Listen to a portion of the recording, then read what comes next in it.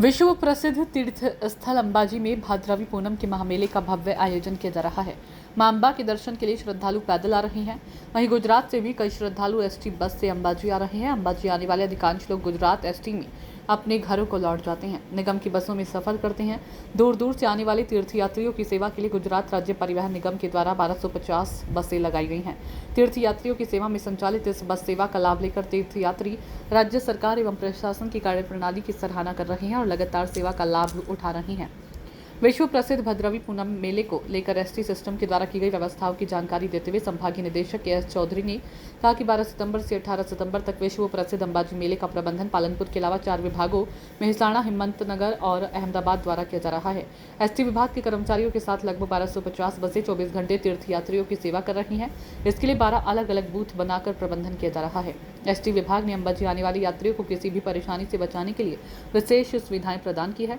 दाहोद जिले के गरबाड़ा की रहने वाली तीर्थयात्री रक्षाबेन ने कहा कि मैं मां अंबे के दर्शन करने और गब्बर के दर्शन करने आई हूं। यहां आने वाले तीर्थयात्रियों के लिए एसटी विभाग द्वारा प्रदान की गई अच्छी सुविधाओं के लिए मैं सरकार को धन्यवाद देता हूं।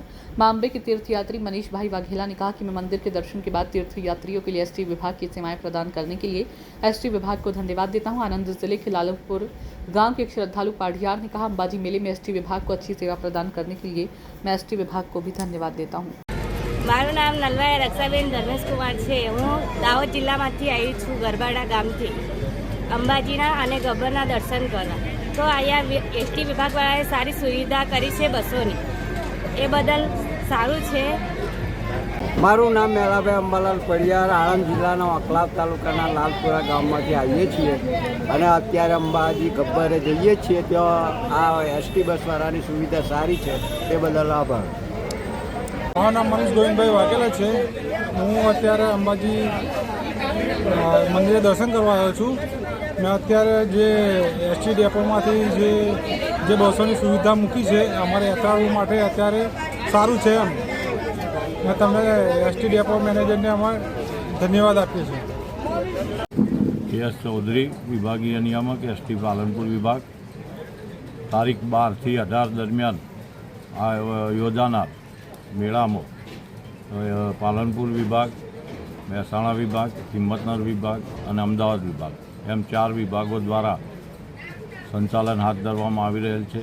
ટોટલ 1200 થી 1250 જેટલી બસો દ્વારા યાત્રાળુઓની સેવામાં 24/7 એસટી નિગમનો સ્ટાફ ફરજ બજાવી રહેલ છે।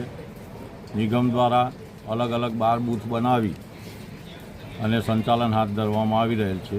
જીએમડીસી ગ્રાઉન્ડમાંથી હિંમતનગર, મહેસાણા અને અમદાવાદ વિભાગ દ્વારા સંચાલન હાથ ધરવામાં આવે છે।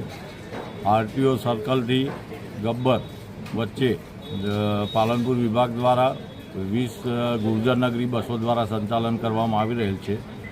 મુસાફરોની માગણી અને લાગણીને ધ્યાનમાં રાખીને એસટી નિગમ દ્વારા આજથી સદર રૂટ ઉપર ભાડું જે અગાઉ 20 લેવામાં આવતું હતું તેમાં ઘટાડો કરી અને 15 રૂપિયા કરવામાં આવેલ છે।